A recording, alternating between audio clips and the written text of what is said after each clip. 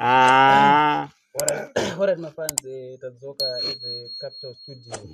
Tiripo pakukupai zvinonaka nezvinonakidza. Musakanganwe kusubscriber our YouTube channel yakanzi Braga Chongwe Capital Studio. Hakuna anofana kusara.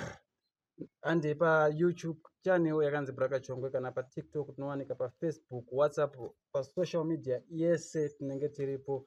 Musakanganwe kusubscriber Mr. Matanda Braga Chongwe Park Station from BK Bikita kuharurwa. Right, tichiri papa ndika tobudisa mutai kunonzi anonzi chi umambo unourayisa unonzi Gwatsvira Gwatsvax. Gwatsvax ataura mukomana wetera anzi tera Fatso mukanganwa Maitera. Fatso what? Maitera. Fatso mukanganwa mazana yasoni machira ndakusona simbi. Right. Ndasona zvinopisa. Urimo mucapital. Ndimo mucapital. Ndiwangu ari asekuru chipasa vanhu mushonga. Ndi asekuru chipasa chi vanhu miti kuti vanhu asafa.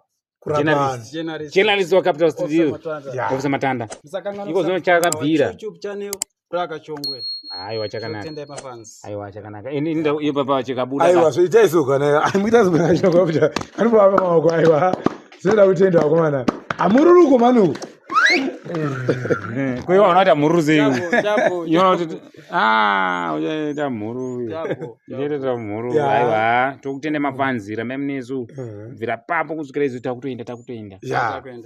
Pasina kumira. Iyo za musical videos, makomedzi, nyaya dziri kupisa, zvese takutanga ipapa.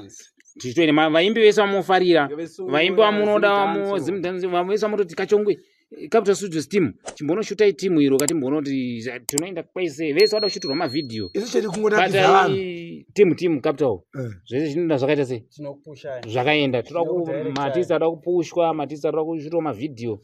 We are there se Capital Studios enze pekutangira Capital Studios production ndio pekuti uone pekutangira uye atidhuri manje kushuta kwacho takashuta na Tindongwazi vanatatenda Pinjisi vana Tonga Imo Junior vana Rebo Poto maziya uyuzve James Mombe sorry wanga mashakada mashakada wani mashakada James Mombe James Mombe oyo mashadaka